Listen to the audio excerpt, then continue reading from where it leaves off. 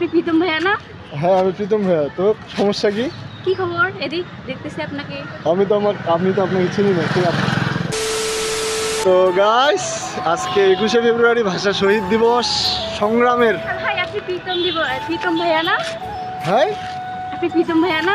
হ্যাঁ আমি প্রীতম ভাইয়া। তো সমস্যা কি? কি খবর? এদিক দেখতেছি আপনাকে। আপনি তো আপনাকে চিনি না। ঠিক আছে। আমি হচ্ছে মৌ। তো আমাকে আসলে কিভাবে চেনা?